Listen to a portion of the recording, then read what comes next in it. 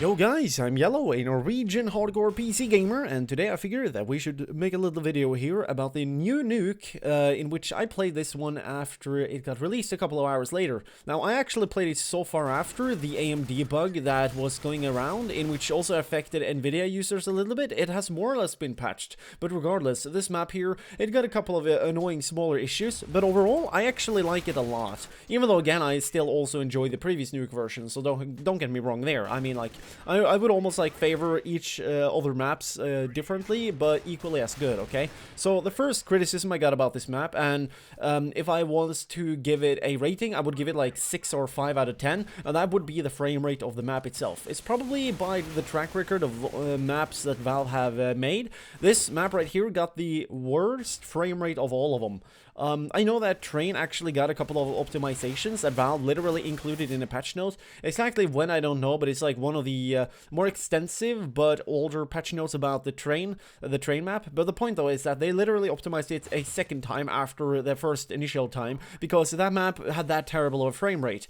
The same case should be with this map as well. Take a look at the guy I killed right here. Behind him, there's an entire room behind the back vent there, in which is just dedicated to have architecture that doesn't serve any purpose for the game. If you people don't know, the more objects and actual creations and textures and so on, essentially effects and buildings that you got in a 3D game, the lower of a frame rate you get. Thus meaning that if you combine that with terrible optimization and old hardware and other alternate things, obviously your frame rate is gonna dwindle down. I even had a actual legitimate issue recording as I was spectating myself here playing, because I'm relying on being able to do post-production, obviously. Thus meaning that I need to have a decent frame rate while I record at 60 FPS to be able to, you know, get a 60 FPS result. If you record at 60 FPS and you only see 30 frames, then that serves no point, right? But anyways, what I'm getting at here is that Valve, please think about either in the future to add some kind of alternate mode in the Source 2.0 engine,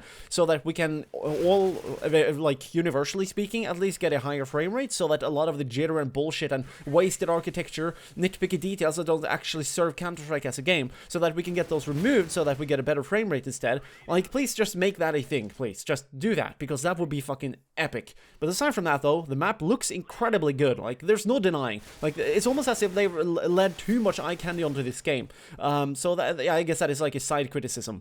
Even though, again, that summarizes this as I would give the map overall like a 7 out of 10 or maybe 8 out of 10, and that is by my ratings pretty high, because I'm incredibly critical. In terms of frame rate, I gotta give it like a 5 out of 10 or 6 out of 10.